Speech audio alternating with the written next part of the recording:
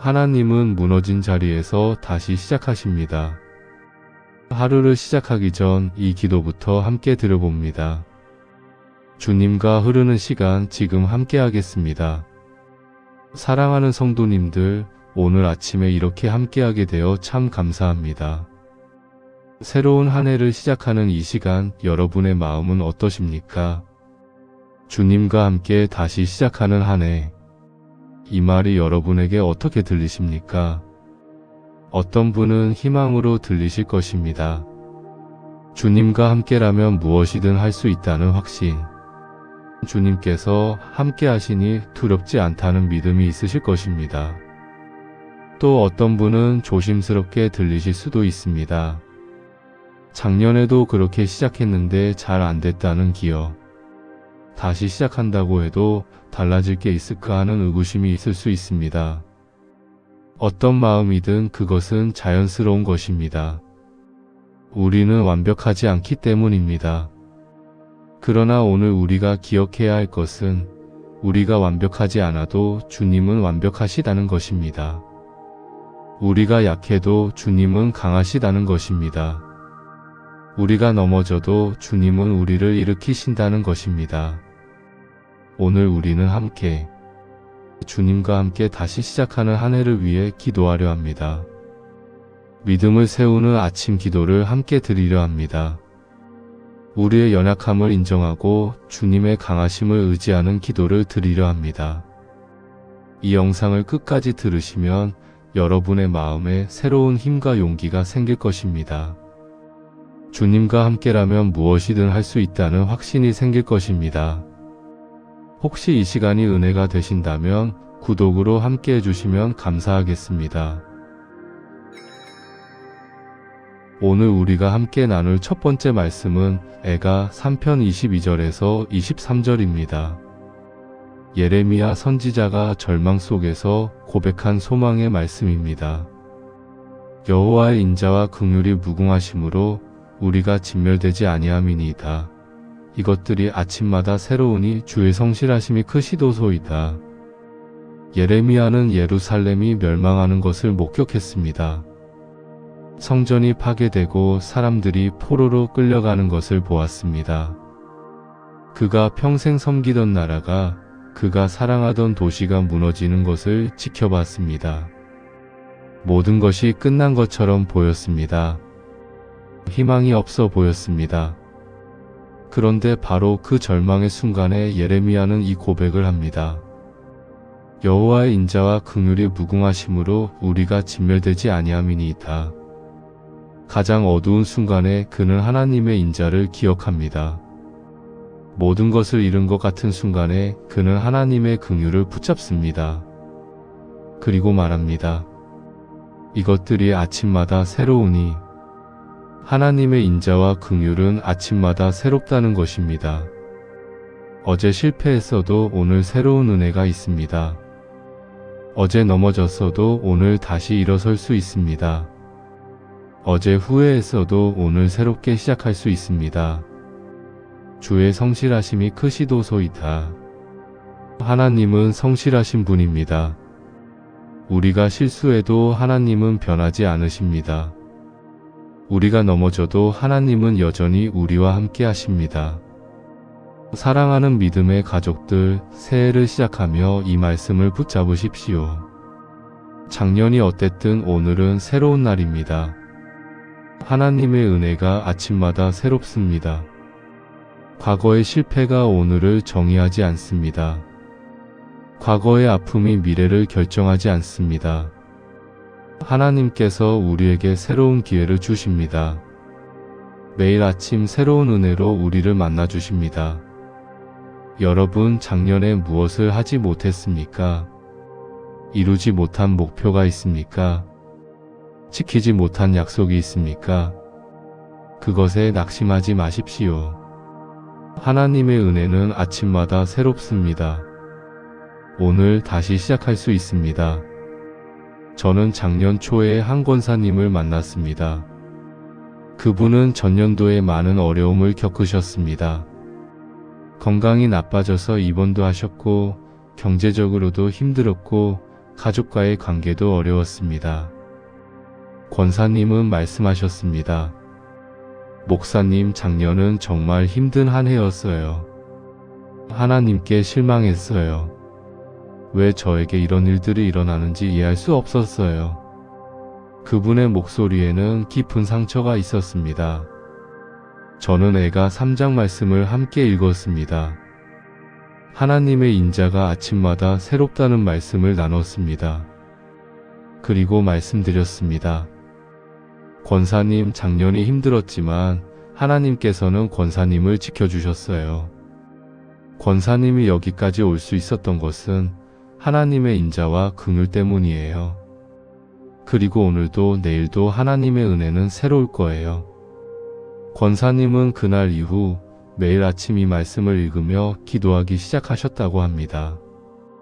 주님, 오늘도 주님의 은혜가 새롭습니다. 주님과 함께 오늘 하루를 시작합니다.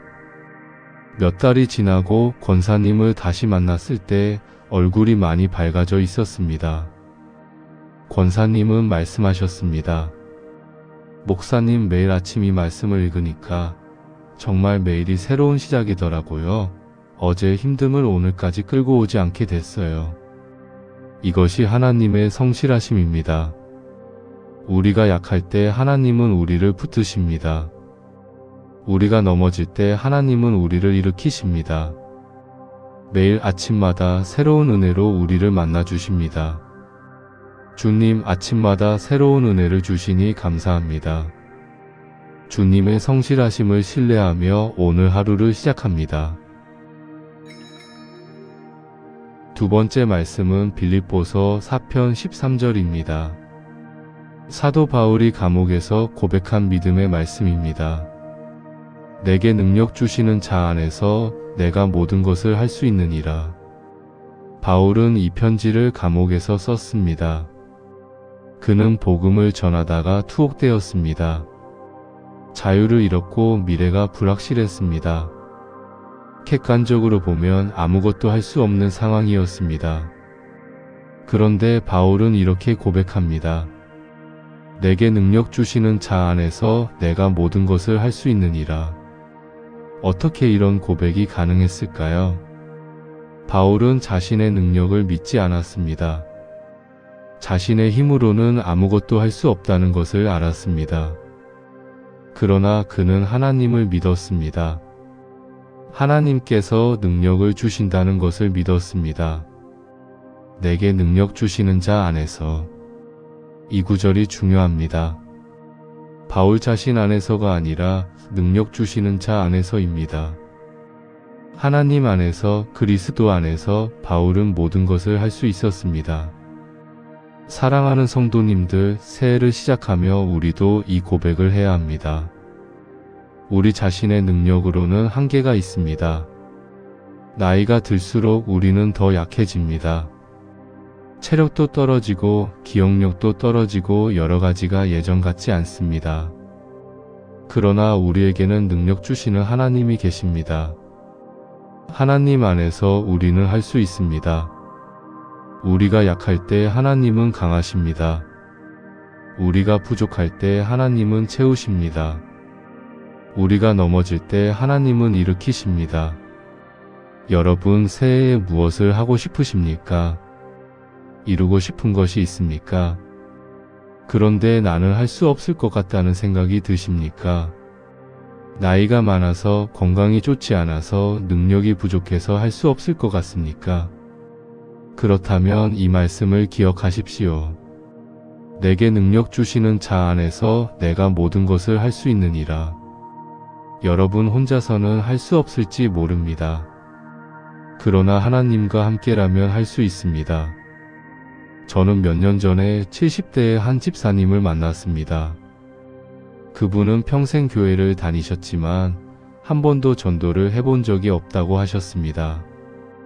말씀을 전하는 것이 너무 어렵고 자신이 없었다고 하셨습니다. 그런데 새해가 되어 마음에 부담이 왔다고 합니다. 올해는 꼭 한 사람에게라도 예수님을 전해야겠다는 생각이 들었습니다. 그러나 동시에 두려움도 있었습니다. 나이도 많고 말도 잘 못하는데 어떻게 전도를 하겠는가. 집사님은 빌립보서 4장 13절을 붙잡고 기도하기 시작했습니다.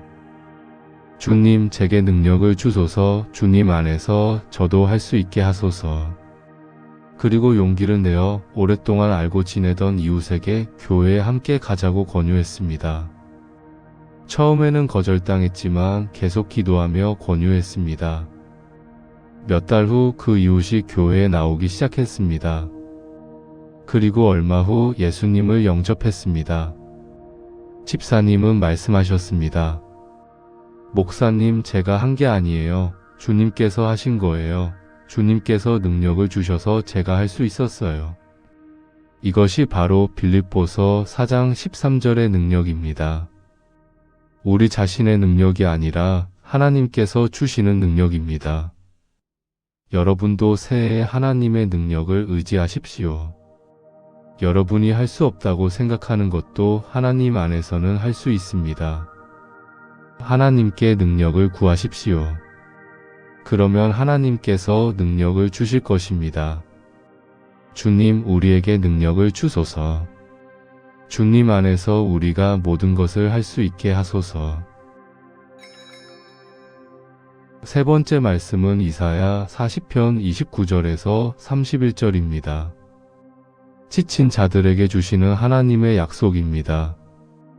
피곤한 자에게는 능력을 주시며 무능한 자에게는 힘을 더하시나니 소년이라도 피곤하며 곤비하며 장정이라도 넘어지며 자빠지되 오직 여호와를 앙망하는 자는 새 힘을 얻으리니 그들은 독수리가 날개 치며 올라감 같을 것이요 다른 박질하여도 곤비하지 아니하겠고 걸어가도 피곤하지 아니하리로다. 이사야 선지자는 힘들어하는 백성들에게 이 말씀을 전했습니다. 당시 이스라엘은 어려운 시기를 보내고 있었습니다. 백성들은 지쳐 있었고 힘들어 했습니다. 그때 하나님께서 이 약속을 주셨습니다. 피곤한 자에게는 능력을 주시며 하나님은 피곤한 자를 아십니다. 우리가 지쳤을 때 하나님께서 능력을 주십니다. 무능한 자에게는 힘을 더하시나니 하나님은 무능한 자를 버리지 않으십니다. 우리가 약할 때 하나님께서 힘을 더하십니다. 소년이라도 피곤하며 곤비하며 장정이라도 넘어지며 자빠지되 젊은 사람도 지칩니다. 건강한 사람도 넘어집니다. 우리는 모두 연약한 존재입니다. 오직 여호와를 앙망하는 자는 새 힘을 얻으리니 그러나 하나님을 바라보는 자는 새 힘을 얻습니다. 하나님을 의지하는 자는 다시 일어섭니다. 그들은 독수리가 날개치며 올라감 같을 것이요 독수리처럼 높이 날 수 있습니다. 상황을 초월하여 환경을 뛰어넘어 높이 올라갈 수 있습니다. 다른 박질하여도 곤비하지 아니하겠고 걸어가도 피곤하지 아니하리로다. 하나님의 힘을 받은 자는 지치지 않고 계속할 수 있습니다. 사랑하는 믿음의 가족들, 여러분은 지금 지쳐 있습니까? 작년 한 해 동안 너무 많은 일들이 있어서 지금은 기력이 없습니까? 새해를 시작해야 하는데 힘이 나지 않습니까? 그렇다면 하나님을 앙망하십시오. 하나님을 바라보고 하나님을 의지하십시오. 그러면 하나님께서 새 힘을 주실 것입니다. 여러분이 독수리처럼 날 수 있게 하실 것입니다. 저는 작년에 한 할머니를 만났습니다. 그분은 80대 초반이셨는데 매우 지쳐 보이셨습니다. 최근 몇 년간 남편도 돌아가시고 건강도 나빠지고 혼자 사는 것이 너무 힘들다고 하셨습니다. 할머니는 말씀하셨습니다. 목사님, 저는 이제 아무 힘도 없어요. 매일 살아가는 것이 너무 힘들어요. 그분의 목소리에는 깊은 피로가 묻어 있었습니다. 저는 이사야 40장 말씀을 함께 읽었습니다. 여호와를 앙망하는 자는 새 힘을 얻는다는 말씀을 나눴습니다. 그리고 말씀드렸습니다. 할머니의 힘으로는 힘들 수 있어요. 그러나 하나님께서 힘을 주실 거예요. 매일 아침 하나님을 바라보며 기도하세요. 하나님께 힘을 구하세요. 할머니는 그날부터 매일 아침 이 말씀을 읽으며 기도하기 시작하셨습니다. 주님, 저에게 새 힘을 주소서. 주님을 앙망합니다. 몇 주가 지나고 할머니를 다시 만났을 때 눈빛이 달라져 있었습니다. 할머니는 말씀하셨습니다. 목사님, 이상해요. 상황은 변하지 않았는데 제 마음이 달라졌어요. 매일 아침 기도하면 하루를 살아갈 힘이 생겨요. 몇 달 후 할머니는 교회에서 새로운 봉사를 시작하셨습니다. 혼자 사시는 다른 어르신들을 전화로 안부 확인하는 봉사였습니다. 할머니는 말씀하셨습니다. 목사님, 하나님께서 저에게 힘을 주시니까 다른 분들도 도울 수 있게 됐어요. 이것이 하나님께서 주시는 새 힘입니다. 우리의 상황을 바꾸지 않아도 우리에게 힘을 주십니다. 우리가 지쳤을 때 새로운 힘으로 채워주십니다. 여러분도 하나님께 힘을 구하십시오. 매일 아침 하나님을 앙망하십시오. 그러면 하나님께서 새 힘을 주실 것입니다. 주님, 우리가 피곤할 때 능력을 주시고 힘을 더하소서. 주님을 앙망하는 우리에게 새 힘을 주소서.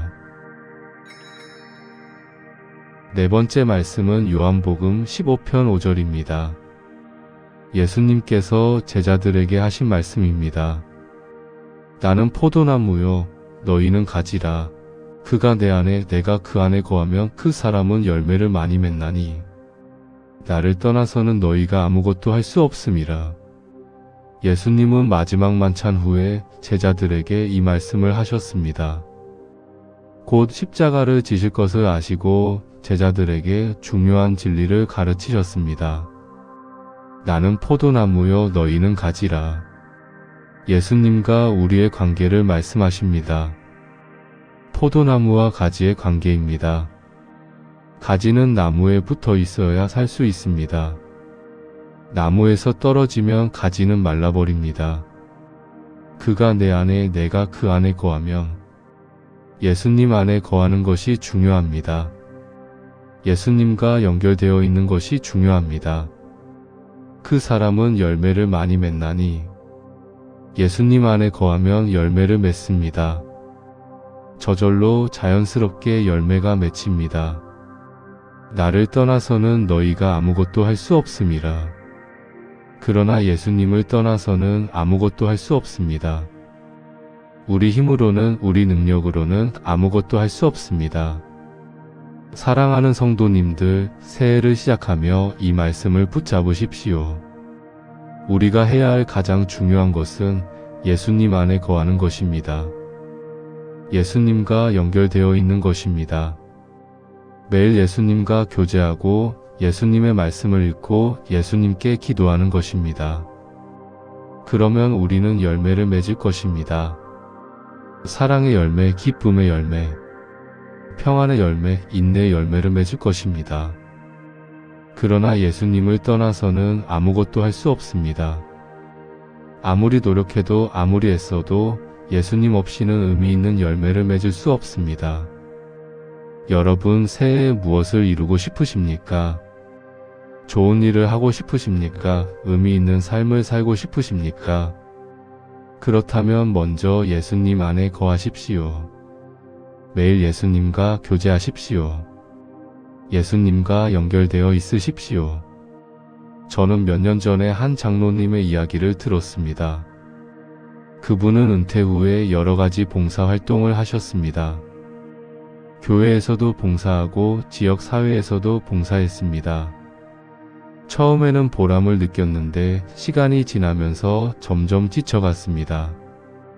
봉사가 의무가 되고 부담이 되기 시작했습니다. 장로님은 말씀하셨습니다. 목사님, 좋은 일을 하는데 왜 이렇게 힘들까요? 왜 기쁨이 없을까요? 저는 요한복음 15장 말씀을 함께 읽었습니다. 그리고 여쭤봤습니다. 장로님, 요즘 주님과의 교제는 어떠세요? 매일 말씀을 읽고 기도하고 계세요? 장로님은 잠시 침묵하시더니 조용히 대답하셨습니다. 솔직히 말하면 너무 바빠서 기도 시간이 줄었어요. 말씀도 제대로 못 읽었어요. 그날 장로님은 깨달으셨습니다. 봉사에 집중하느라 정작 주님과의 교제를 소홀히 했다는 것을, 가지가 나무에서 떨어질 뻔했다는 것을. 장로님은 그날부터 우선순위를 바꾸셨습니다. 매일 아침 1시간씩 주님과의 교제 시간을 가지기로 하셨습니다. 말씀을 읽고 묵상하고 기도하는 시간을 가지셨습니다. 몇 달 후 장로님을 다시 만났을 때 얼굴이 밝아져 있었습니다. 장로님은 말씀하셨습니다. 목사님, 주님 안에 거하니까 봉사가 다시 기쁨이 됐어요. 힘들어도 지치지 않아요. 이것이 포도나무와 가지의 비유입니다. 우리가 예수님 안에 거하면 열매를 맺습니다. 그리고 그 열매는 저절로 자연스럽게 맺힙니다. 여러분도 새해에는 예수님 안에 거하십시오. 매일 예수님과 교제하십시오. 그러면 여러분의 삶에 좋은 열매가 맺힐 것입니다. 주님, 우리가 주님 안에 거하게 하소서. 주님과 연결되어 좋은 열매를 맺게 하소서. 5번째 말씀은 마태복음 6편 33절입니다.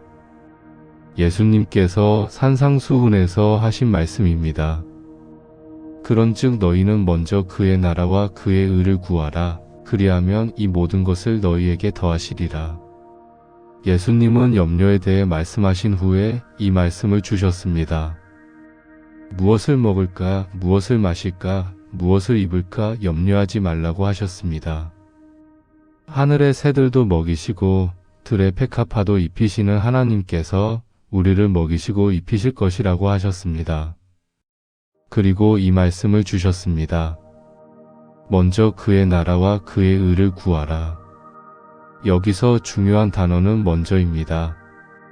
우선순위를 말씀하시는 것입니다. 우리 인생에서 무엇이 가장 중요한가, 무엇을 먼저 추구해야 하는가. 하나님의 나라와 하나님의 의를 먼저 구하라는 것입니다. 하나님의 나라를 구한다는 것은 하나님의 통치를 인정하고 하나님의 뜻을 따르는 것입니다. 하나님의 의를 구한다는 것은 하나님께서 옳다고 하시는 것을 추구하는 것입니다. 그리하면 이 모든 것을 너희에게 더하시리라. 우리가 필요로 하는 모든 것을 하나님께서 더하여 주신다는 약속입니다. 사랑하는 믿음의 가족들, 새해를 시작하며 우리의 우선순위를 정해야 합니다. 올해 가장 중요한 것이 무엇입니까? 건강입니까? 돈입니까? 가족입니까? 이런 것들이 중요하지 않다는 것이 아닙니다. 그러나 이것들이 하나님보다 먼저 되어서는 안 됩니다.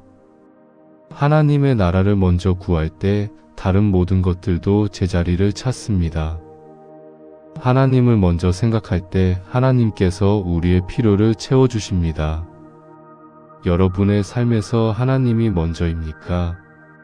시간을 사용할 때 하나님께 먼저 드립니까?